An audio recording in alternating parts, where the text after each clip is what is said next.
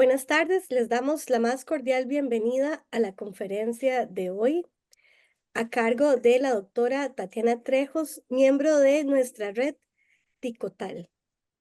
A continuación, el doctor Walter Fernández les va a presentar a la conferencista de hoy. Saludos cordiales a todas las personas que nos acompañan. La Academia Nacional de Ciencias, Costa Rica, les da la más cordial bienvenida. A la doctora Tatiana Trejos le agradecemos profundamente haber aceptado nuestra invitación para impartir la conferencia de hoy. La doctora Tatiana Trejos obtuvo su bachillerato y licenciatura en química de la Universidad de Costa Rica y su maestría en ciencias forenses y doctorado en química de la Universidad Internacional de la Florida, Estados Unidos. La doctora Tatiana Trejos es profesora del Departamento de Ciencias Forenses e Investigativas de la Universidad de West Virginia, en Estados Unidos, donde imparte cursos forenses para los programas de pregrado, maestría y doctorado. Su grupo de investigación se centra en el desarrollo de métodos emergentes para mejorar la calidad, confiabilidad y eficiencia de las pruebas científicas en el sistema judicial. Residuos de disparo, vidrio, pinturas, cintas adhesivas, polímeros, tinta y productos farmacéuticos falsificados son algunos de los materiales traza investigados en el laboratorio de la doctora Trejos. La doctora Trejos ha recibido financiamiento para sus investigaciones por parte del Departamento de Justicia de los Estados Unidos, el Instituto Nacional de Justicia, el Departamento de Estado de los Estados Unidos y el Departamento de Comercio. Tatiana Trejos es autora de 85 publicaciones científicas y capítulos de libros en el campo de la química forense y analítica. La doctora Trejos se ha desempeñado como organizadora de talleres en STEM y programas de reuniones científicas y ha presentado sus investigaciones en cerca de 300 conferencias alrededor del mundo. Es directora de la Sociedad Americana de Examinadores de Pruebas de Traza y contribuye en diferentes grupos de trabajo científicos que desarrollan estándares internacionales en el área de la química forense. La doctora Trejos fue incluida en la lista de los 10 mejores profesores de química forense de los colegios forenses en Estados Unidos y ha recibido prestigiosos premios tales como el premio Sharon B. Nakish del NIST-OSAC 2024, el premio de investigadora destacada de la Universidad de West Virginia 2020 y el Premio Nacional de Ciencias y Tecnología Clodomiro Picado Toay 2015. Es un gusto tener con nosotros a la doctora Tatiana Trejos, a quien lo solicitamos, por favor, iniciar su presentación.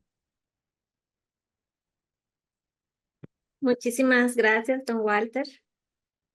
¿Pueden ver la presentación? Sí.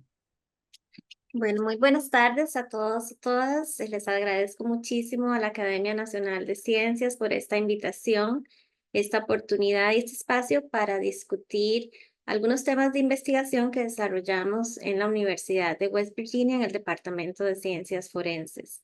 El día de hoy voy a conversarles sobre procesos de incorporación de avances tecnológicos que utilizamos en la escena del crimen para agilizar los procesos de justicia.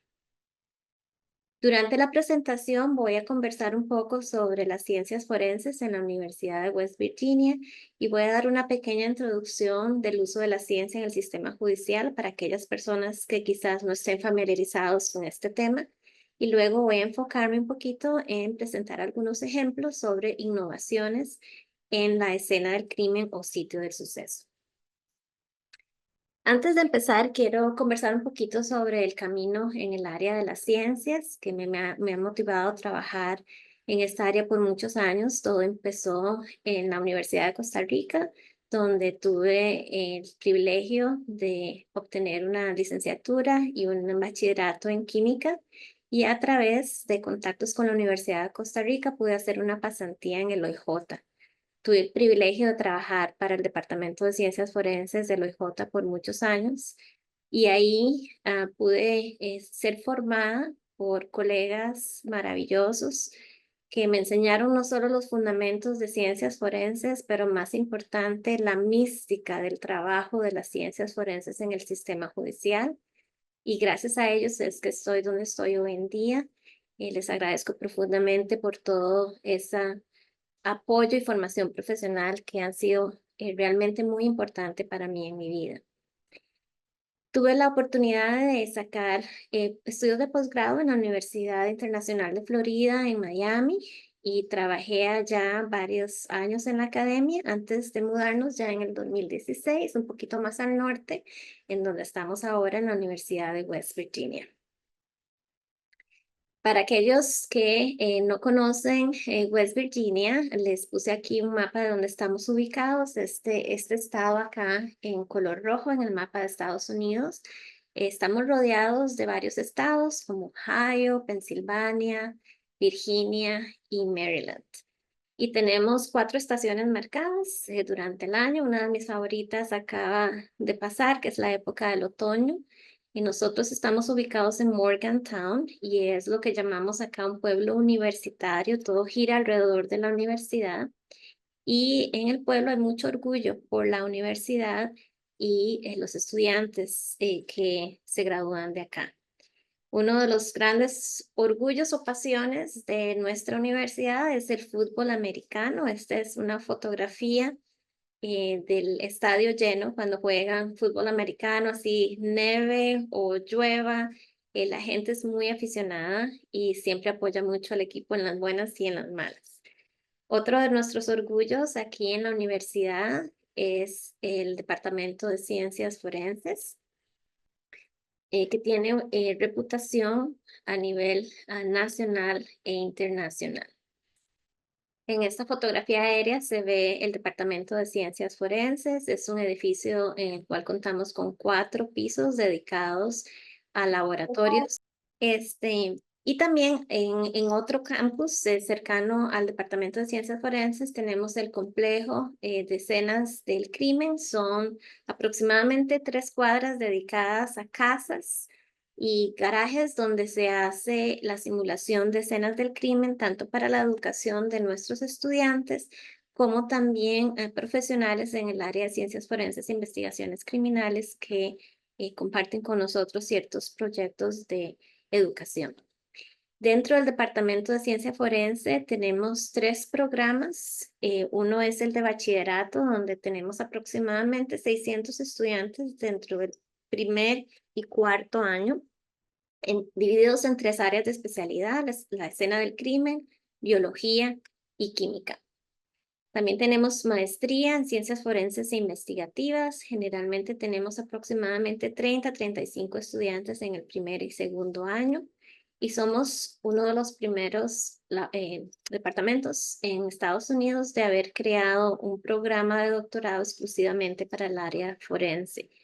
Generalmente manejamos aproximadamente 15 estudiantes entre primer y tercer año de programa de doctorado, y nuestros programas han sido de los primeros en ser acreditados mediante el FICPAC, que es una entidad que acredita organismos o programas de educación en el área forense. Esta es la facultad de nuestro Departamento de Ciencias Forenses. Somos privilegiados de contar con una variedad de especialidades en nuestros profesores, que es de las más variadas que se tienen en las universidades de Estados Unidos, incluyendo al área de ADN, investigación de la escena del crimen, balística, huellas digitales, entomología, ética y asuntos legales, marcas de herramientas de calzado,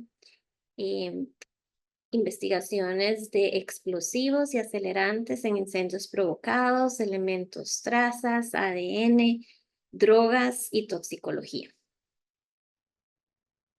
También he tenido la dicha de contar con un compañero de vida que no solo me ha ayudado en la parte personal, pero también hemos podido crecer juntos en la parte profesional.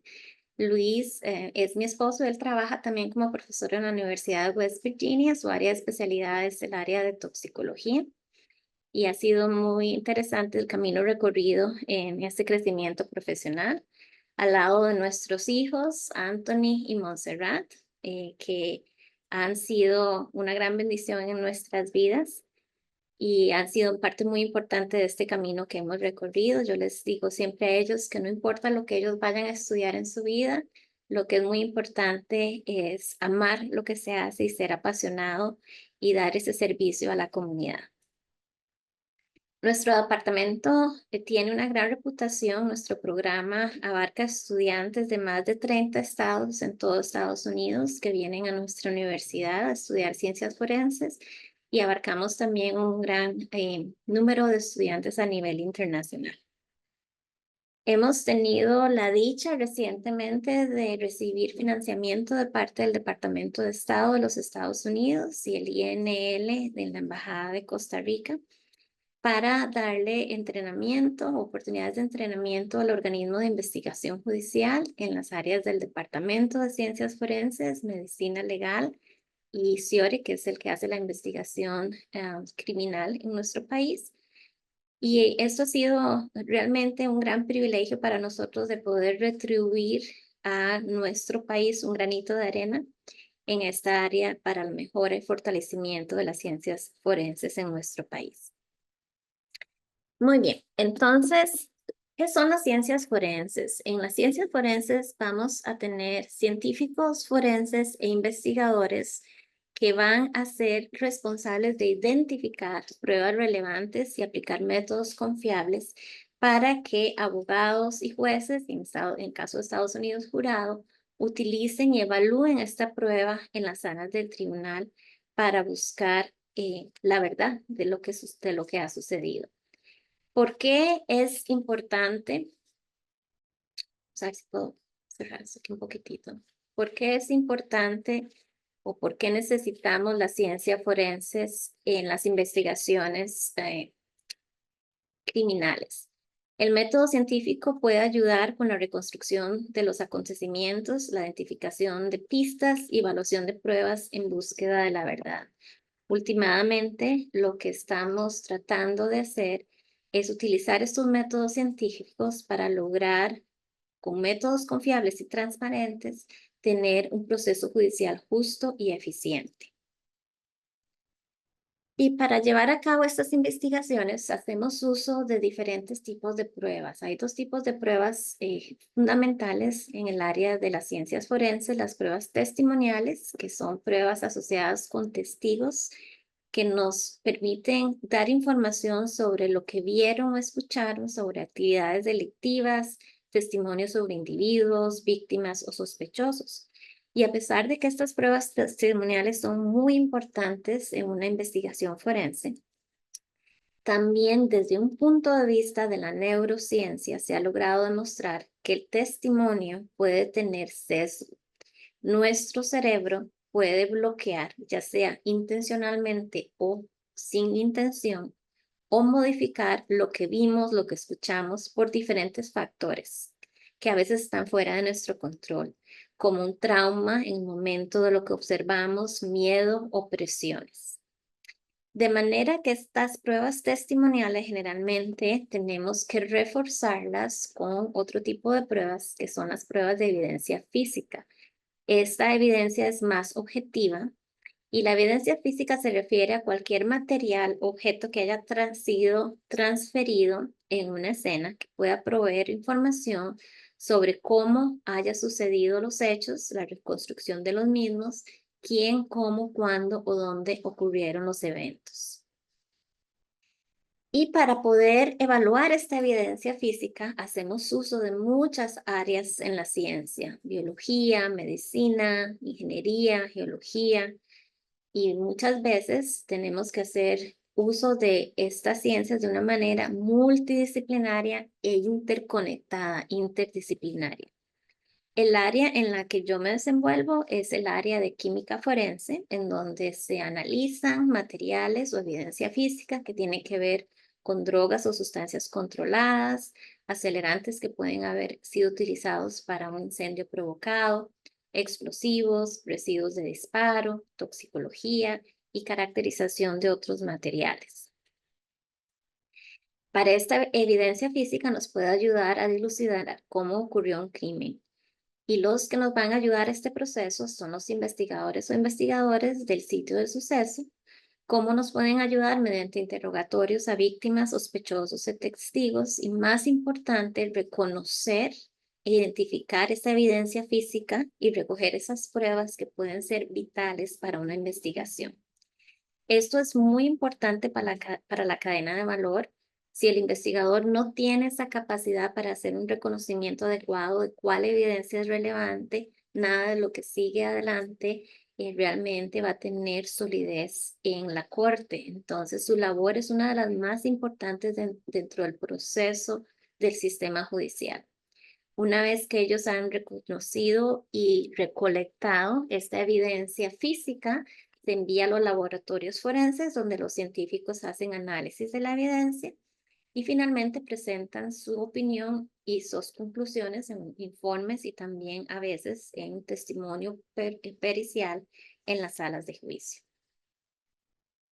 Y la manera en la que esta evidencia llega a ser importante dentro de un sistema de investigación judicial es mediante los principios de transferencia o intercambio de esos materiales. Esto es la base central de nuestras investigaciones forenses y en el año 1942, este doctor que está aquí en la fotografía, Edmond Locard, fue el primero en promover el uso de los métodos científicos en la policía, investigaciones criminales, y él fue el que abrió el primer laboratorio forense en el mundo en Lyon, Francia. Y Edmond Locard establece lo que nosotros conocemos como el principio de transferencia de Locard, en donde él establece que cada vez que dos objetos entran en contacto, hay transferencias o intercambio de rastros entre sí.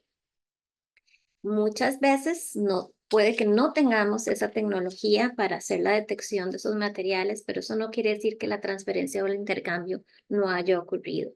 Conforme avanzamos en el progreso tecnológico en el área forense, cada vez nos damos cuenta que hay más y más evidencia que se transfiere en el contacto y que nos puede dar una información muy valiosa de cómo sucedieron los hechos.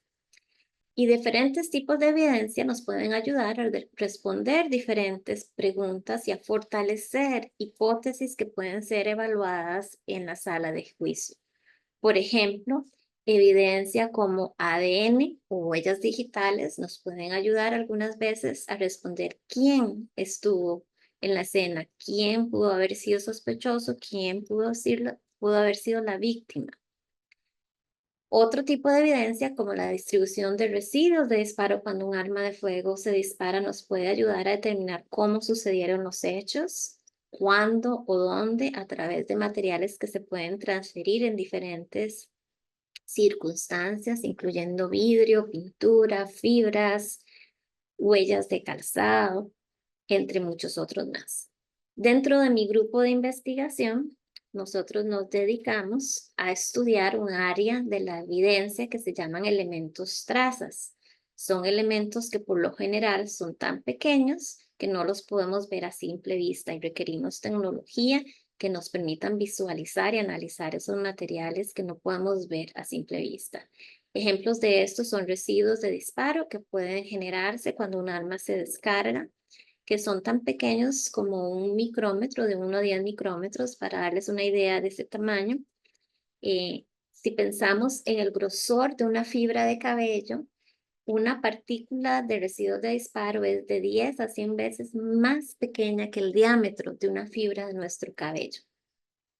También en casos de accidentes de vehículos o atropellos con fuga, pueden haber residuos de vidrio, de pinturas, de plásticos que se pueden transferir. Y parte de lo que nosotros hacemos en nuestro grupo de investigación es estudiar esos procesos de transferencia, cómo se genera la evidencia y cómo esos mecanismos de transferencia nos pueden indicar información de cómo sucedieron los hechos. Este tipo de investigaciones las hacemos en nuestras casas y garajes del complejo de ciencias forenses que tenemos aquí y también con colaboración con otros institutos como el Instituto de Seguridad de Vehículos, en donde ellos regularmente hacen estudios del nivel de seguridad de los vehículos para los pasajeros.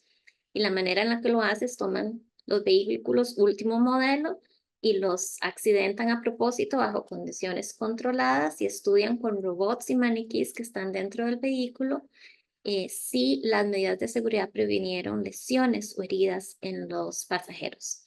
Y nosotros desde un punto de vista forense aprovechamos estas tecnologías de alta dimensión que tienen estos laboratorios de investigación para evaluarlo desde un punto de vista o perspectivas de la óptica forense. Y para darles un poquito de idea, cuando yo hablo de materiales minúsculas que no podemos ver a simple vista, les presento esta imagen para tener una idea del tamaño en el que estamos desenvolviéndonos. En la esquina de acá a mano hacia abajo tenemos una moneda de un penny que tiene la imagen de un presidente y esa moneda tiene el tamaño aproximadamente de una uña de nuestro dedo. En esta moneda yo puse 2 piezas de evidencia traza de un tamaño típico, el cual nosotros recibimos en el laboratorio, una de aproximadamente el tamaño del ojo del presidente y otra cerquita de la nariz. A simple vista nosotros no podemos percibir esa evidencia, pero cuando usamos magnificación, alta magnificación, podemos darnos cuenta de que esta evidencia corresponde a una pintura de vehículo que tiene 4 capas de diferentes colores y una pequeña partícula de vidrio que pueden ser suficiente a pesar de su tamaño con la tecnología y equipos analíticos que tenemos para identificar su composición química y proveer información muy valiosa en la investigación. Muchas veces en el caso de pinturas, incluso con base de datos, con algo tan pequeño como lo que les estoy presentando aquí en esta imagen, podemos ayudar a los investigadores a darles una idea del modelo, año y marca del vehículo que generó esa evidencia tan pequeñita en un residuo, por ejemplo, de una víctima de atropello con fuga. Otro tipo de evidencia traza que es importante son los residuos de disparo, como les mencioné anteriormente, son partículas microscópicas que se depositan en la mano de la persona que dispara el arma o cercano a la persona y nos pueden dar información muy valiosa. Con este tipo de datos forenses es sumamente importante que nosotros sepamos establecer el alcance y las limitaciones de estos avances tecnológicos dentro de los ámbitos tanto científico como jurídico. De manera que cada vez que hay una nueva tecnología que podría ser utilizada dentro del sistema judicial, tenemos que determinar primero la validez de esa evidencia científica antes de que sea aceptada en corte. Cada legislación tiene esas normas de admisibilidad en Estados Unidos, por ejemplo, una de ellas es la norma de admisibilidad de Daubert, que para determinar la validez de la evidencia científica, el juez evalúa si esta técnica puede ser o han sido probadas, si ha sido objeto de revisión exhaustiva y publicación, si se conocen las tasas de error de este método, si existen y se mantienen normas o controles internacionales y también el grado en el que la técnica o la teoría de la técnica ha sido aceptada generalmente en la comunidad científica.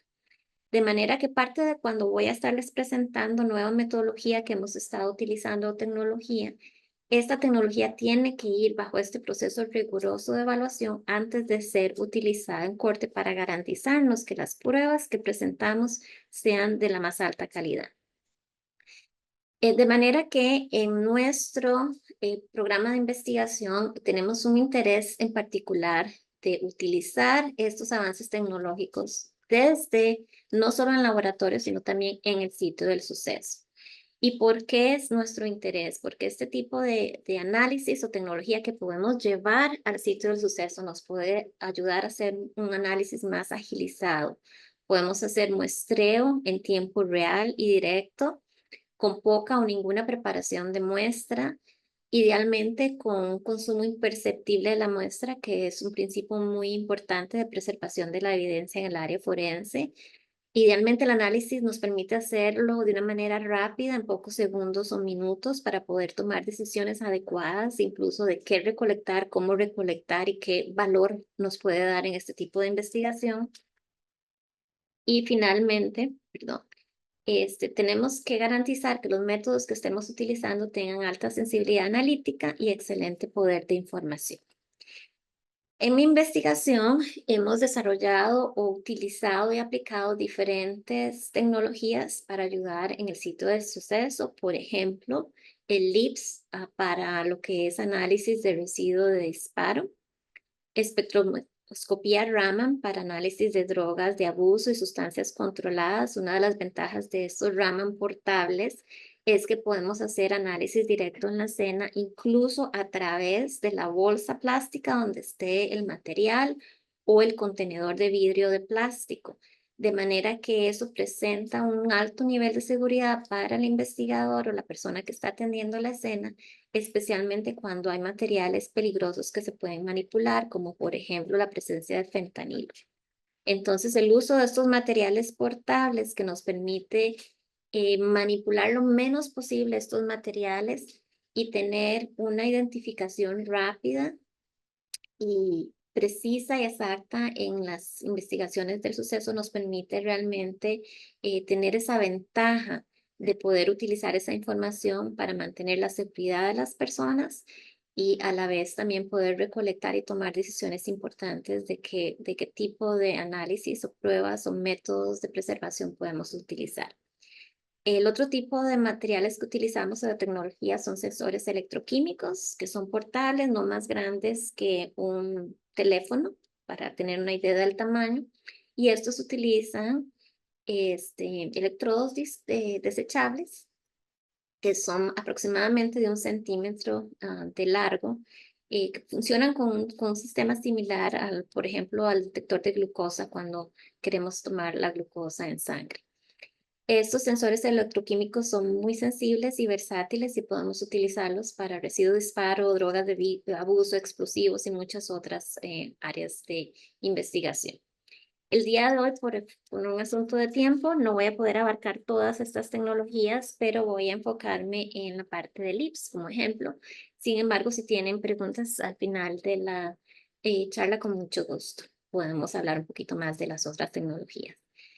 Las ventajas del LIPS es que nos permite hacer análisis químico de elementos que forman la muestra, tanto a nivel cualitativo para saber qué es o a nivel cuantitativo cuánto lo tiene. Es un análisis muy rápido que dura solo pocos segundos. El análisis es directo, no requiere preparación de muestra. La destrucción de la muestra es mínimo, es imperceptible y es muy sensible y versátil. ¿En qué consiste el LIPS? El LIPS es un método relativamente muy sencillo. Lo que utiliza es un láser pulsado de alta energía, que es muy pequeño. El diámetro del láser es tan solo de 2 a 50 micrómetros. Y este láser va a interactuar con la muestra. Cuando interacciona con la muestra, produce un plasma, que es gas ionizado a alta temperatura. Y esto va a excitar a los elementos que componen el material y cuando ellos regresan a su estado basal, ellos emiten luz. Esta luz es característica de la composición atómica de los elementos y por tanto nos permite identificar de una manera muy rápida y simultánea los elementos que pueden estar presentes en esa muestra de una manera muy rápida y poco destructiva. La versatilidad del LIPS es muy amplia, se utiliza en la medicina, en muchísimas áreas de la ciencia, en la ingeniería, y LIPS fue el primer instrumento que fue utilizado en el espacio. El ChemCam del rover utilizó un LIPS para hacer análisis de composición y aprender mucho de la composición química en el espacio. Desde ese momento se ha utilizado en 4 misiones espaciales. Y esto nos da una indicación de lo robusto que es este tipo de tecnología.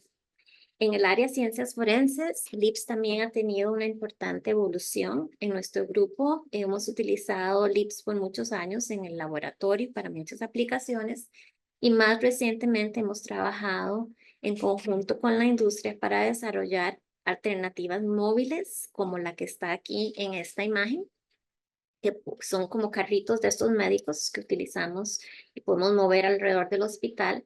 Estos carritos son pequeños, se pueden montar en el carro de investigador de la escena del crimen y se pueden llevar a la escena del crimen para hacer una multitud de análisis en situ. Una de las cosas que mejoramos en este sistema de LIBS es el uso o incorporación al sistema láser de una cámara de alta resolución, de manera que nos permite ver y visualizar partículas tan pequeñas como un micrómetro, por ejemplo, una partícula de residuos de disparo, y dirigir el láser para hacer análisis de una partícula a la vez. En nuestro grupo de investigación hemos desarrollado y reportado varias aplicaciones de esta tecnología para identificación química, por ejemplo, de residuos de disparo, de toxicología, por ejemplo, metales pesados en cabellos para evaluar exposiciones crónicas o agudas, comparación de elementos trazas pequeños que se pueden transferir en una escena como vidrios, pinturas, suelo, materiales biológicos, fibras, documentos dudosos, y desde un punto de vista ya más de inteligencia a nivel federal, también para determinar la procedencia de materiales como diamantes, drogas o tintas, por ejemplo, en monedas falsas. Por un asunto de tiempo me voy a enfocar únicamente en residuos de disparo, pero si tienen dudas, les puedo compartir muchas de las publicaciones que hemos tenido en esta área. Muy bien, ¿qué son los residuos de disparo? Los residuos de disparo son residuos que, como el nombre lo indica, se generan cuando el arma es disparada.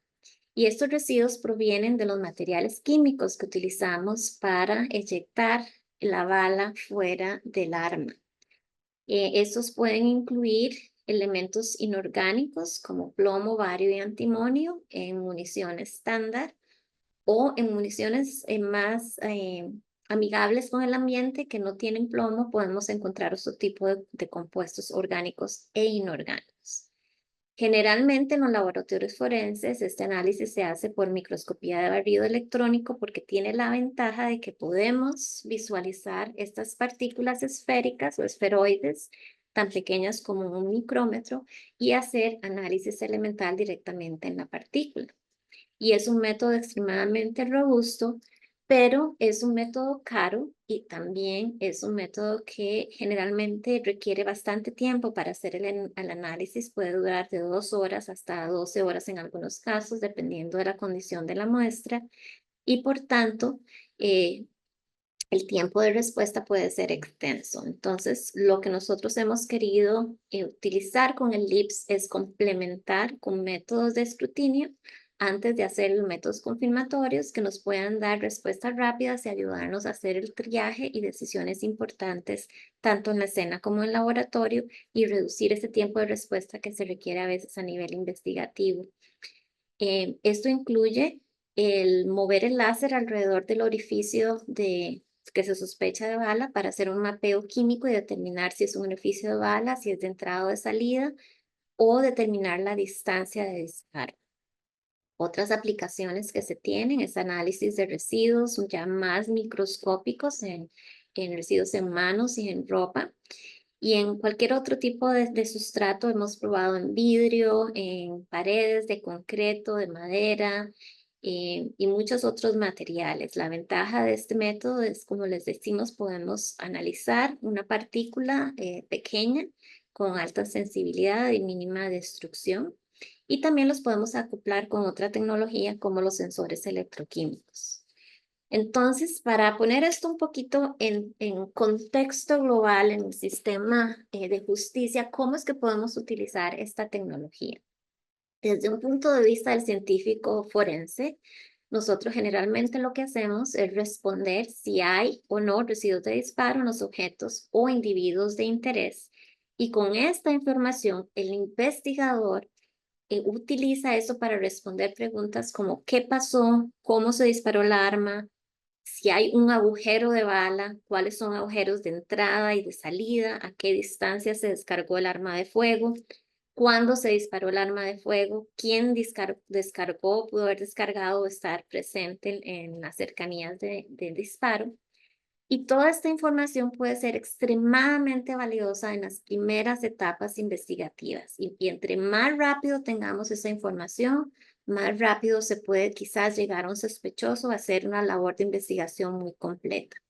Si esta evidencia, después de ser evaluada a nivel de investigación, llega a los tribunales de justicia, entonces ahí tenemos una serie de preguntas ya desde un punto de vista de valor de la prueba para determinar o evaluar diferentes hipótesis de quién disparó el arma, si puede ser que hubieran otros medios de transferencia, en tocar un arma pero no dispararla, estar cercano al área de disparo. Y ya es labor de todo el sistema legal y jurídico evaluar un conjunto de evidencias donde el residuo de disparo puede ser uno de los elementos para poder ayudar a responder este tipo de preguntas. Lo que nosotros hemos propuesto en nuestra investigación es incorporar métodos de escrutinio que pueden utilizarse tanto en el laboratorio como en la escena del crimen para agilizar estos procesos de investigación. Utilizamos el método de recolección universal, el mismo que se utiliza para barrido electrónico, de manera que no tiene que cambiarse ningún material. Y en esta muestra hacemos análisis directo de residuos de disparo por LIBS. Luego en la misma muestra hacemos análisis electroquímico y esto nos permite identificar materiales orgánicos e inorgánicos de residuos de disparo en la misma muestra en menos de 5 minutos. Y luego, si es necesario, esto puede ir a confirmación en la misma muestra. Les voy a poner un video que demuestra un poquito el proceso de recolección. Y cuando la persona dispara, como les dije, va a haber residuos que pueden depositarse en la piel, en las manos, en la cara, en la ropa. Y entonces se hace la recolección con este método estándar, que es una cinta adhesiva de carbono. Esta cinta adhesiva se pasa en esta parte de 2 dedos, en la parte de la palma y la parte lateral. Y eso es lo que generalmente se analiza por microscopio barrido electrónico. En nuestro caso, la muestra se pone directamente en la celda de ablación. Enfocamos más en poner la muestra en la celda que hacer el análisis. El análisis, nosotros hacemos 25 puntos de análisis en menos de 1 minuto. El análisis es prácticamente en tiempo real. Dura fracciones de segundos para hacer análisis elemental de todos los compuestos que estén presentes. Luego se hace una microextracción con solvente en una porción de la muestra y se pone en el sensor electroquímico. Y en este sensor electroquímico se van a confirmar residuos inorgánicos y también residuos orgánicos, de manera que es complementario al LIBS. Eso es un método completamente no destructivo. Es un proceso reversible electroquímico que sucede en la muestra, de manera que la gota luego se puede retractar nuevamente y poder analizar. Este análisis nos permite hacer análisis tanto orgánico como inorgánico, como les dije, en la misma muestra en menos de 5 minutos. Aparte de este análisis a nivel microscópico, también podemos hacer análisis para determinar distancia de disparo en áreas más grandes. Y la importancia de esto es que se ha demostrado que la distribución de residuos de disparo alrededor del orificio de entrada va a determinar o nos permite estimar la distancia entre el disparo y la superficie en donde la bala penetró. Y esto puede ser muy importante en muchos casos, por ejemplo, cuando necesitamos elucidar si se trata de un suicidio, homicidio o un disparo accidental, o poder corroborar las coartadas o las hipótesis que se presentan en la investigación. Generalmente esto se hace con pruebas de color, donde se aplican reactivos alrededor de la ropa para ver cambios de color que indican la presencia de plomo o de nitritos.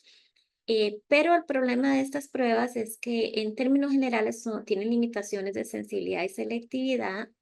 El color se disipa muy rápidamente. De cierta manera también estamos alterando la muestra y no nos permite hacer esta identificación permanente.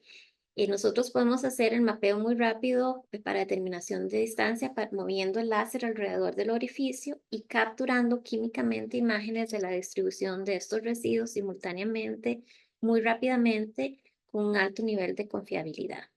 La muestra no necesita ser alterada, se puede doblar y colocar directamente en una plataforma magnética en donde el láser se va a mover rápidamente alrededor del orificio de la bala.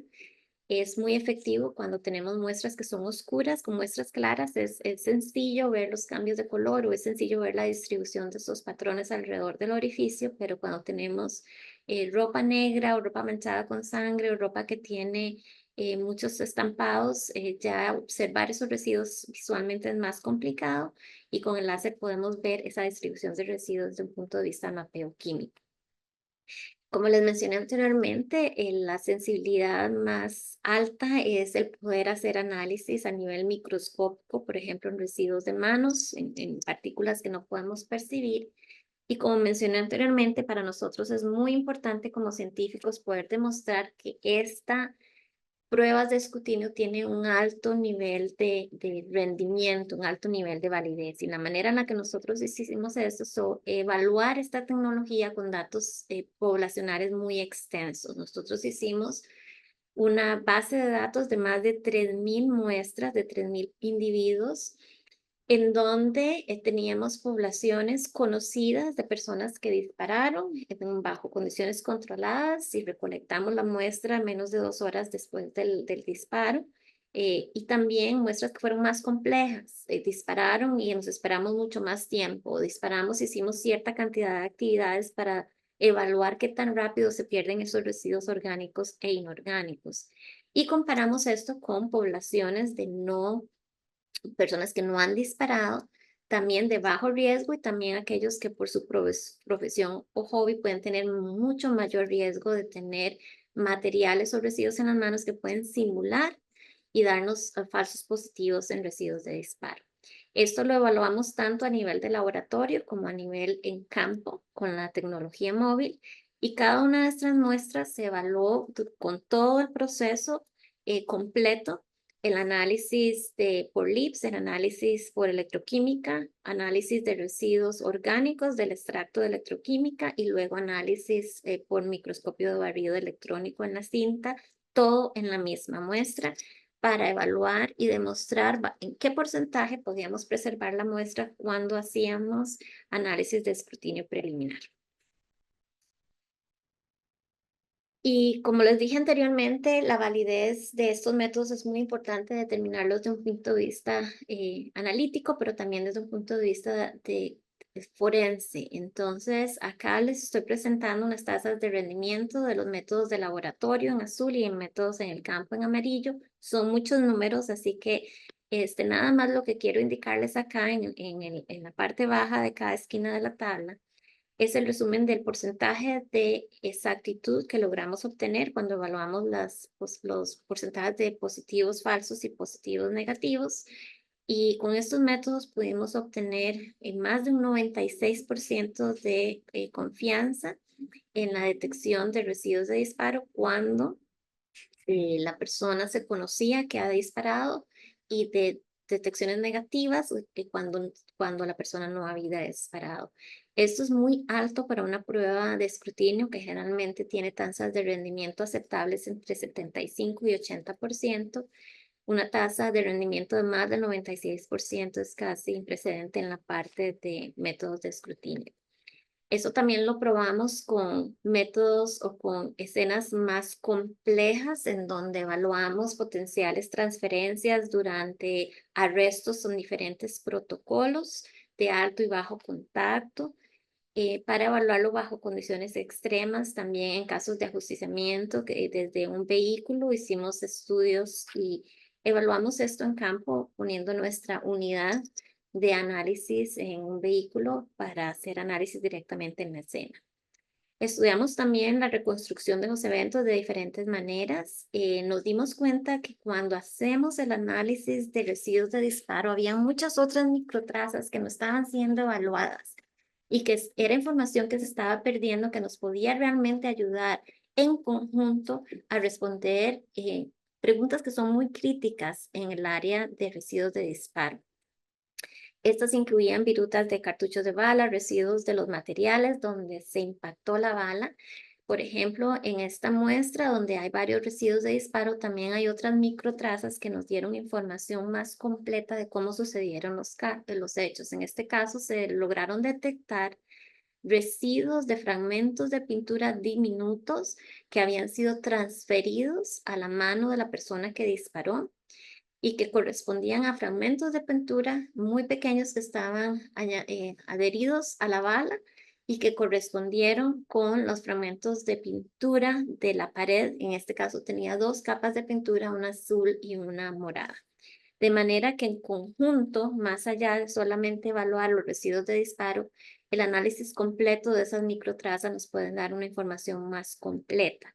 Y una manera en la que nosotros hemos evaluado eso es mediante otras técnicas que hemos utilizado para visualizar cómo esos residuos se depositan y cómo son las tendencias de flujo. Para eso utilizamos un láser de una manera diferente, mediante las cámaras de alta velocidad para poder visualizar estos residuos. Trabajamos con el NIST, el Instituto Nacional de Estándares y Tecnología, para diseñar sensores que nos puedan contar y detectar las partículas en el ambiente que se generan en el momento de disparo y luego confirmarlas con nuestros métodos químicos. El método es relativamente sencillo. El concepto consiste en hacer una lámina de láser que nos permite reflejar las partículas que se generan, de manera que lo que es invisible ahora se vuelve visible, especialmente si estamos trabajando con cámaras de alta velocidad. Por ejemplo, si ustedes han visto alguna vez la luz a través de una ventana y de pronto ustedes ven que en el ambiente hay un montón de partículas de polvo, ¿verdad? Que si no tenemos esa imagen de esa luz, no nos percibimos que están ahí. Es exactamente el mismo concepto. Esto lo analizamos en interiores, al aire libre, en vehículos, para evaluar los potenciales riesgos de deposición y mecanismos. Aquí podemos ver en este video cómo es que se observan. Lo que están observando aquí moviéndose muy dinámicamente son esos residuos orgánicos e inorgánicos de disparo que se generan. Y con los sensores que están ubicados en la mano, en la muñeca de la persona, en el pecho, en los alrededores, podemos determinar cómo ellos se mueven, cuántas partículas se generan, cuál es el tamaño de la partícula, cuánto tiempo duran en una habitación. Por ejemplo, en este caso, nuestros experimentos, cuando los hacemos en un sitio completamente cerrado, sin ventilación, estas partículas de residuo de disparo pueden durar hasta 3 horas flotando en el ambiente antes de que se depositen. ¿Y por qué eso es importante? Porque bajo esas condiciones puede que la hipótesis de que una persona entre a esta habitación y tenga residuos de disparo sea válida. Este es un ejemplo también en nuestro laboratorio de balística, en un lugar cerrado donde la persona está disparando. Se puede ver cómo esos residuos rápidamente se mueven alrededor de la habitación, y en cuestiones de 1 o 2 minutos van a ver ustedes que los residuos de disparo llegan a tener contacto con la piel de una persona que está aproximadamente a 1,5 metros de distancia de la persona que disparó, indicando la posibilidad de que estos residuos se transmitan de esta manera, se transfieran. Esto lo hablamos también en interiores y en exteriores al aire libre. En el aire libre o lugares abiertos, el mecanismo es bastante similar, con la diferencia de que se expande muchísimo más rápido, a un volumen más grande. Pueden alcanzar hasta 20 metros de dispersión en menos de 3 minutos. Y los residuos alrededor de la persona que dispara, en lugar de durar 3 horas, como en lugares cerrados, dura tan solo 15 o 30 segundos, de manera que las probabilidades de tener esa exposición secundaria en lugares más abiertos es completamente, exponencialmente diferente en menor a lugares interiores. Eso también lo estudiamos en vehículos, donde pueden ver, en este caso teníamos la ventana abierta, una de ellas, y dependiendo de la velocidad a la que estamos manejando el vehículo, esto puede variar un poco. Pero lo que logramos demostrar es que efectivamente estas partículas de residuos de disparo y los compuestos orgánicos se disipan muy rápidamente en un lugar pequeño tan cerrado, y los pasajeros tenían residuos de disparo. También logramos estudiar y demostrar que estos residuos en alrededor tienden a depositarse en las personas y objetos en lugares cerrados, pero las partes inorgánicas o las partículas son más dadas a hacer esa deposición, mientras que los compuestos orgánicos generalmente tienden únicamente a depositarse en la persona que directamente dispara. Entonces, para concluir, el LIPS es una herramienta muy potente para identificar y ayudar en escenas del crimen. Es muy versátil, provee muchas ventajas como velocidad de respuesta, análisis directo, pueden utilizarse en laboratorio portable. Y las tasas de error y rendimiento nos han permitido demostrar la utilidad para fines de investigación e inteligencia. Y actualmente estamos en un proceso de pilotos de varios laboratorios forenses en Estados Unidos que están evaluando la adopción de la tecnología en sus laboratorios. Para concluir, el impacto de equipos portables en la ciencia forense realmente agiliza los procesos y permite interpretación de datos más compleja, que puede ayudar a detección in situ muy rápida, optimización de gestión de casos, utilizar herramientas y procesos de decisión eficiente y finalmente fortalecer el sistema de justicia. Con esto los invito a que visiten nuestro sitio web. Si ustedes ponen Tatiana Trejos WVU, West Virginia University, pueden encontrar en nuestro sitio web un video en YouTube en donde se mencionan mucho más detalle diferentes métodos de innovación en el área de evidencias traza. Y con esto quiero agradecer muchísimo a la Academia Nacional de Ciencias por esta amable invitación, este espacio para compartir con ustedes, a nuestros estudiantes. Sin ellos todo este trabajo no hubiera sido posible, así como nuestros estudiantes graduados que ya están compartiendo a nivel profesional sus contribuciones y todos los colaboradores. Y con esto, pues, si tienen alguna pregunta, con mucho gusto. Comentarios y preguntas. Vamos a revisar el Facebook a ver si tenemos alguna por ahí. Y también las personas que están conectadas desde el Zoom lo pueden hacer, ya sea por el chat o por la parte de preguntas y respuestas. La doctora Giselle Tamayo dice, gracias Tatiana, un saludo cordial. ¿Conoces el MAS Spec Pen? Hola, doña Isel, un gusto en saludarla. No lo conozco personalmente, pero sí he escuchado de la miniaturización de estos espectrómetros de masas que nos permiten también tener herramientas de detección muy valiosas. ¿Qué aplicación tiene para detección de huellas lofoscópicas? Bueno, en el área de huellas latentes, nosotros tenemos otros profesores en el departamento que se especializan en esto.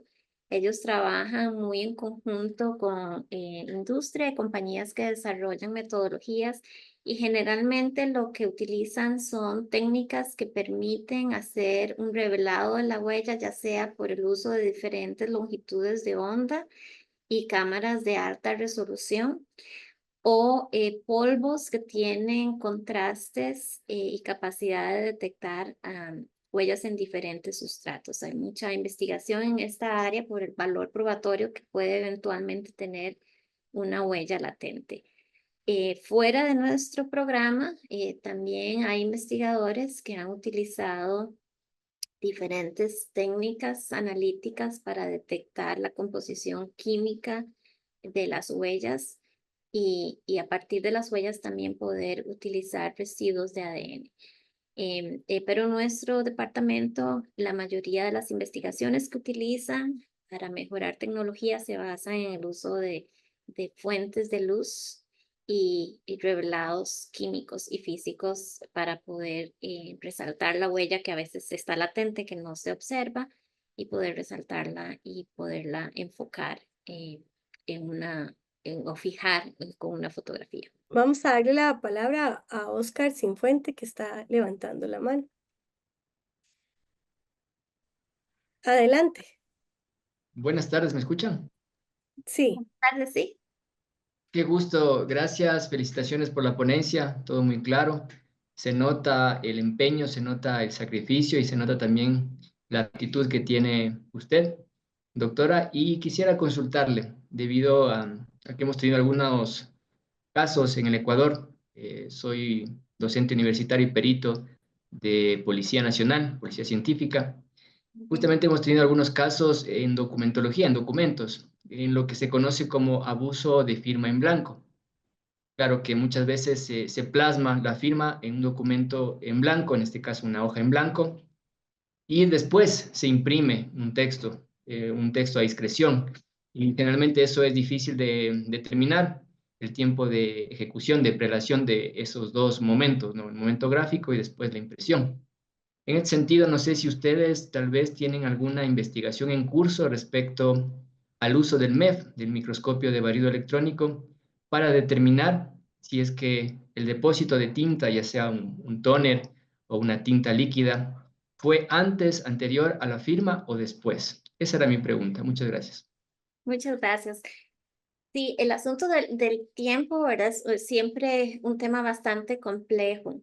Nosotros hemos hecho investigación, de hecho, antes de venir aquí a West Virginia University, cuando yo estaba en Florida, trabajé mi tesis de doctorado en el análisis de tintas de impresión y tintas de escritura. Y el barrido electrónico es muy útil para identificar y clasificar el tipo de tóner o diferenciar primero entre tóner y otras formas de impresión, pero también poder clasificar mediante el uso, por ejemplo, de bases de datos y búsquedas en bases de datos, el tipo de potencial marca o modelo de tinta de impresión que se pudo haber utilizado. Con respecto a determinar cuál ocurrió primero, nosotros no hemos hecho investigación en esa rama, pero sí en ese estudio que le comento, se hizo una serie de grupos de técnicas analíticas para poder identificar de una manera bastante adecuada o informativa el potencial fuente de la tinta de impresión o de escritura. Esto incluía el barrido electrónico que mencionas, también el DART MS para hacer análisis de la composición orgánica de muchos de estos materiales. También utilizamos LIPS, utilizamos ablación de láser con ICP masas y utilizamos infrarrojo y Raman. La combinación de estos elementos, incluyendo LIPS también de estas técnicas, permitían hacer un análisis de fusión de datos de diferentes tipos de composiciones químicas y bajo un estudio de bases de datos ayudar a la elucidación de estos materiales. Ahora, la respuesta de cuál ocurrió primero es un poquito más complicada, pero en el caso que me estás diciendo que se imprime el contrato y la firma, quizá lo que se puede determinar es el tipo de tinta o de impresión que se utilizó para generarlo. También acá, a veces eso se utiliza mucho también, como usted sabe, para cuando hay cruces de dos líneas, cuál se escribió primero. Recientemente dieron un seminario, una de las compañías que ayuda mucho en la parte de instrumentación para documentos dudosos, que se llama Foster & Freeman. Ellos dieron un seminario que creo que está dentro de los archivos de su compañía, en métodos de iluminación que ellos están desarrollando para poder determinar cuál ocurrió primero. Entonces, para contestarte, no tengo una respuesta específica de una solución directa, es un tema complejo de poder determinar, pero sí existen muchas herramientas analíticas que pueden utilizarse para ayudar a responder ese tipo de pregunta o de cuestionamiento en un documento. Ahora le damos la palabra a la doctora Giselle Tamayo, que tiene un par de preguntas. Bien. Perdón, ¿me oíste algo? Hola, Tatiana. Hola, qué gusto de saludarla. Igualmente. Mira, entonces la tendencia en ciencia forense es analizar, hacer un primer acercamiento en sitio con muestreos, así como los que estabas mostrando del IPS y tal vez algunos sensores bioquímicos, pero Mi pregunta va más enfocada ya un poco más hacia lo de Costa Rica. Ujú. Conociendo las herramientas y las limitaciones del presupuesto del LJ, ¿qué recomendarías? Sí, gracias. Sí, yo diría que la tendencia es tratar de encontrar herramientas que podamos de manera muy temprana ayudar a identificar evidencia en el sitio. Siempre va a existir la necesidad de hacer cierto nivel de confirmación y análisis en los laboratorios, pero los análisis en el sitio lo que nos permite es tomar decisiones más rápidas, tomar decisiones también más informadas con respecto a qué recolectar y cómo recolectar.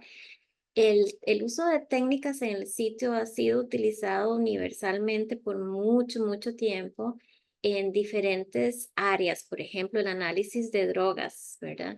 Es utilizado para poder detectar si tenés, antes de hacer un decomiso, poder identificar qué tipo de material, cuánto material, cómo hacer el muestreo, especialmente ahora con el tema de tantas drogas sintéticas y el fentanilo, ¿verdad? Ya se entra un tema muy importante de mantener la seguridad de la persona que atiende el sitio del suceso, porque una cantidad incluso minúscula de fentanilo puede ser letal para la persona que atiende el sitio del suceso. Entonces, sí, yo diría que la tendencia es utilizar o seguir utilizando estas técnicas en el sitio de suceso para ayudar con este proceso investigativo. Desde un punto de vista presupuestario, ¿verdad?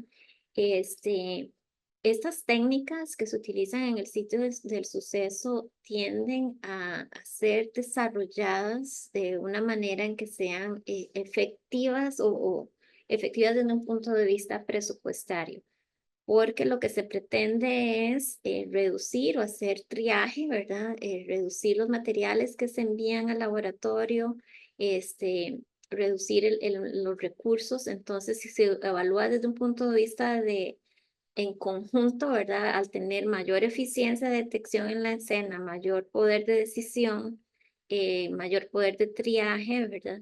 Eso también reduce últimamente costos de transporte, de recolección, de almacenamiento, de análisis, ¿verdad? Donde se puede reducir al número de evidencias que sea más relevante de enviar en el laboratorio. Entonces hay un costo-beneficio muy importante en el uso de técnicas de escrutinio y que se utilizan en muchísimas disciplinas.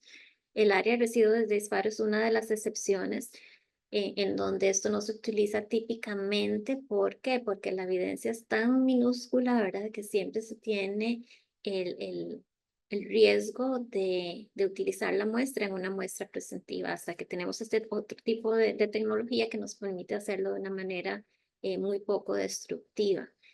Entonces, sí, yo diría que la tendencia es analizar en el sitio cuando sea necesario y efectivo, ¿verdad? Por ejemplo, el levantamiento de huellas es algo que es muy importante hacerlo en el sitio, la identificación presuntiva de fluidos biológicos para saber qué muestrear y qué enviar al laboratorio, el análisis de drogas.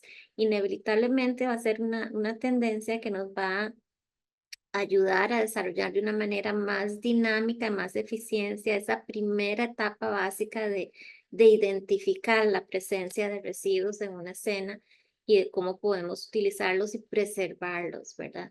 Últimamente es un asunto de rapidez, de respuesta y de optimización de recursos. Entonces, sí es una inversión en las técnicas presuntivas o en las técnicas que se utilizan en el campo, pero si se ve desde un punto de vista de presupuesto global, esa inversión puede ayudar a reducir significativamente digamos, el manejo de recursos desde el principio hasta el final, viendo la cadena de valor completa, ¿verdad?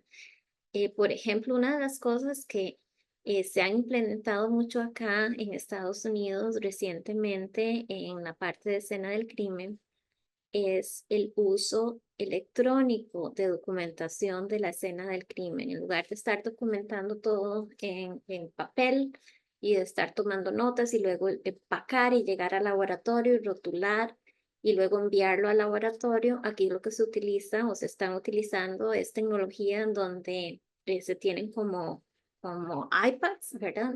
En donde la persona electrónicamente registra todo, toma la fotografía, en el mismo queda documentado y eso mismo genera un código de barras, se imprime y se pone en la etiqueta de manera que la persona no tiene que estar llenando bolsa por bolsa de lo que recogió.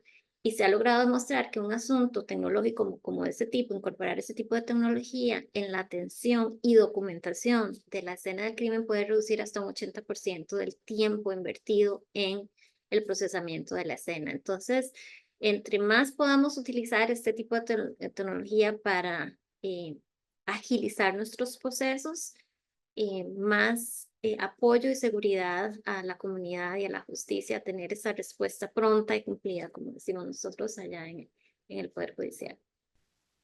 Gracias, Tatiana. Además de que me imagino que con un registro electrónico es más difícil que de pronto desaparezca un registro. La otra pregunta que te tenía era que en algún momento me pareció a mí que se discutía sobre la posibilidad de un programa sándwich de posgrado con West Virginia. No sabes qué pasó, o sea, realmente, porque eso es algo interesante, aunque aquí no, ¿verdad? Obviamente, pues solamente hay una UJ, ¿verdad? Y creo que eventualmente podría ser un programa regional que se podría tratar de promover. ¿Qué pasó con eso? Eso no lo sé, no sé los detalles de esto, pero sí, nosotros podríamos ayudar a retomar este tema, ¿verdad? Si fuera de utilidad, especialmente si se piensa desde un punto de vista regional. Nosotros tenemos varios programas de colaboración con otros países, por ejemplo, Brasil, donde ellos a través de su Academia de Ciencias y del equivalente, digamos, de CONICIT allá de Costa Rica, ellos dan becas a ciertos estudiantes en donde le llaman un sandwich PhD. Lo que quiere decir es que ellos hacen su grado, su posgrado en su universidad, pero vienen aquí a West Virginia University por 4 meses hasta un año a completar su proyecto de investigación y luego regresan y presentan y terminan. De manera que es como una pasantía, ¿verdad? Es una pasantía donde la mayoría de su posgrado lo hacen en su universidad, pero tienen la oportunidad de venir y trabajar en temas de investigación, tomar clases en nuestros programas y pasar un tiempo de 4 meses a un año, dependiendo de los recursos y el tema de investigación. Y es muy enriquecedor para ambos grupos, es muy enriquecedor para ellos, pero también para nosotros el poder establecer esos contactos y esas implementaciones de tecnología, de investigación con otro tipo de necesidades que se adaptan a cada una de las necesidades del país. Entonces nosotros estamos muy anuentes a este tipo de colaboraciones a nivel de bachillerato, a nivel de maestría, a nivel de doctorado, en donde se pueden dar estas oportunidades de intercambio o pasantías, tanto para estudiantes como para profesores. Muchas gracias, Tatiana, y muchas gracias por tu charla, muy enriquecedora. Gracias. Y bueno, muy complacida de ver el avance y lo que has logrado allá en Estados Unidos. Muchas gracias, Giselle. Tenemos otra pregunta de Alfredo Muñoz que dice, ¿podríamos tener una capacitación sobre revelados de huellas latentes con estas nuevas tecnologías? Yo creo que lo más sencillo sería que me contactes con un poquito más de detalles, ¿verdad? De qué es lo que les interesa. Y sí, nosotros tenemos muchos programas de ayuda, de capacitación, no solo a estudiantes, sino también a peritos y profesionales que muchas veces hacen una pasantía o solicitan este entrenamiento, ya sea virtual o híbrido o en persona. Así que, Alfredo, con mucho gusto, si me contactas, podemos conversar y contactarte con los profesores de acá que son especializados en la parte de huellas loposcópicas. Luego, Lucila López dice, ¿es posible la detención de residuos de disparo con aparatos, bueno, creo que dice porque mi portugués no es muy bueno, Ujú. aparatos portátiles o con luces forenses. En realidad dice aparelhos portátiles. Me imagino que debe ser aparatos portátiles con luces forenses. Detección de residuos con aparatos portátiles o con luces forenses. Ok. Lucilia, sí, bueno, equipo que nosotros presentamos acá, el LIPS, se utiliza para hacer de manera portable análisis de residuos de disparo. También el análisis electroquímico es extremadamente económico. Es un equipo que pueden rondear los 5,000, 10,000 dólares lo máximo y muy robusto. Tiene sensores o electrodos desechables que cuestan aproximadamente, bueno, acá como $1 por material y son extremadamente rápidos. Es una técnica que tiene muy buen costo-beneficio para hacer análisis de residuos de disparo. En cuanto a luces forenses específicamente, desconozco diferentes tipos de luces forenses que nos permitan ver residuos de disparo a nivel tan microscópico. Sí se ha utilizado ciertas luces forenses o fotografía infrarroja, por ejemplo, que nosotros hemos utilizado en la investigación para ayudar a visualizar los residuos o los patrones de residuos cuando están presentes en mayor cantidad. Por ejemplo, los patrones de residuos alrededor de un orificio de entrada en el material donde la bala atravesó, ya sea la ropa, el mueble. En ese sentido, sí, las luces forenses pueden ser importantes para filtrar, por ejemplo, si tenemos una muestra muy manchada de sangre, dependiendo la longitud de onda de la luz forense, nos permite filtrar el contraste de la sangre y visualizar ese patrón de una manera digital. Pero creo, hasta por lo menos donde llega mi conocimiento, que la utilización de luces de diferente longitud forense nos permite visualizar cuando tenemos partículas más grandes, por ejemplo, hojuelas parcialmente quemadas, pequeñitas partículas de la parte de la pólvora libre de humos, que es parte de la munición. Ya para observarlo a nivel microscópico, estas partículas que estamos hablando de 1 micrómetro, desconozco si la parte de luz forense ha sido aplicada en estas áreas. Pero sí, hay varios equipos portables que se pueden utilizar para eso. Acá en Estados Unidos tenemos varios programas o varios laboratorios forenses que están trabajando con nosotros con planes pilotos para ayudar a la parte de triaje y observación en la escena del crimen. Hay otros grupos, como por ejemplo en España, que ellos han creado otro estilo de LIPS portable que lo utilizan para sus investigaciones en campo y para reconstrucción en escenas del crimen. Hay otros colegas en otros países que también están implementando este tipo de tecnología para residuos de disparo. Ahora le vamos a dar la palabra a John Vargas, que tiene la manita levantada. Puede hacer su pregunta, John. Entonces voy a leer yo lo que había escrito. Parece que tiene problemas con el audio. Gracias por la presentación, como siempre, brillante. Me surge la duda sobre el equilibrio operativo de estas técnicas en la aplicación del volumen de los casos de un laboratorio forense. Es decir, llevar estos ensayos al sitio puede colapsar la atención de sitios en países con altas tasas de criminalidad. Hay experiencia en laboratorios forenses en Estados Unidos donde esto se haga de rutina para atender los casos. Gracias, John. Un placer de escucharte. Eh, Excelente pregunta. Sí, lo que es uso de equipo portable en escenas del crimen es utilizado rutinariamente aquí en Estados Unidos en muchas áreas, en la parte de detección de fluidos biológicos, en la parte de detección de drogas, en la parte de detección de explosivos, para mencionar solo algunos de estos ejemplos. Y lo que hace es realmente es agilizar el proceso en el sentido de que minimiza el volumen de muestras que tengan que estar enviadas al laboratorio.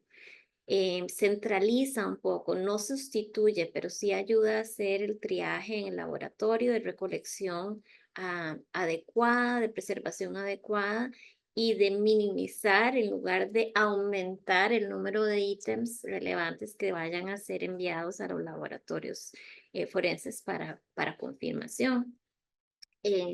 Con respecto a la parte de volumen de casos y si eso puede colapsar, digamos, desde un punto de vista operativo, la parte de atención a la escena del crimen, esto como todo, ¿verdad? La evaluación y la adaptación de este tipo de tecnología tiene que verse de una manera de negocio en el sentido de que tiene que evaluarse el costo-beneficio, tienen que hacerse estudios de mercados, tienen que hacerse estudios de evaluación del porcentaje de casos, de ítems que se van a analizar para que el efecto no vaya a ser opuesto, ¿verdad? También el evaluar o definir criterios desde un punto de vista administrativo y de gestión de proyectos temprano en el proceso piloto de cómo va a ser el criterio en cuáles casos se va a ser necesario utilizar y cómo utilizarlo. O sea, cuando se hace la adaptación de una nueva tecnología piloto en la escena del crimen, tiene que hacerse con un estudio de mercado y proyección,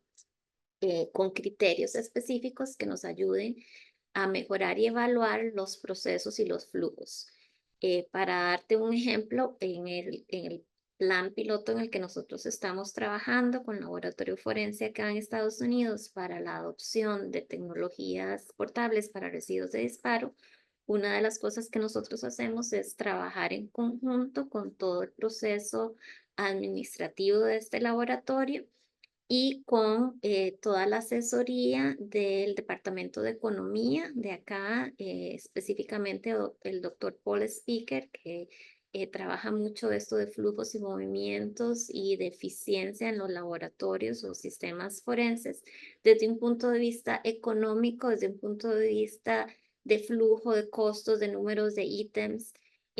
Ellos, desde un punto de vista económico, nos dan todo ese esquema para hacer el plan de adopción de una vez pensando hacia adelante el prevenir, ¿verdad? Que haya, como vos decís, un equilibrio operativo en donde se vea en manera en conjunto, ¿verdad? La parte de integración, no solo de atender la escena del crimen, no saturarla, de no hacerlo en todos los casos, solo cuando se amerite, sino también el hacer esa mejora de atención en la escena a qué otras unidades vamos a estar afectando. Entonces, de una manera muy global, ¿verdad? En esa cadena del servicio, si hacemos un cambio en la manera que hacemos atención en escena del crimen, cómo y a dónde impactamos y de qué manera podemos hacer ese impacto de manera muy eficiente. Entonces, mi consejo sería hacerlo de una manera amplia, con un gestor de proyectos, evaluando la parte económica, la parte administrativa, para poder evaluar desde un punto de vista operativo cómo se puede mejorar o optimizar el uso de recursos y que el servicio agilice y sea más eficiente en vez de generar, digamos, cuellos de botella. No sé si eso te contesta un poquito la duda. Muchas gracias. Bueno, y con esta pregunta damos por terminada esta conferencia del mes de noviembre. Muchísimas gracias a la doctora Tatiana Trejos por esta conferencia tan interesante. Y bueno, gracias a todos ustedes por estar conectados, ya sea por medio de Zoom o por el Facebook. Les recordamos que esta conferencia va a quedar grabada en el Facebook Live de la Academia Nacional de Ciencias Costa Rica y en unos días vamos a editarla y subirla al canal de YouTube de la Academia Nacional de Ciencias Costa Rica para que la puedan compartir con sus contactos. Muchísimas gracias y buenas tardes y buenas noches a los que están por otros rumbos.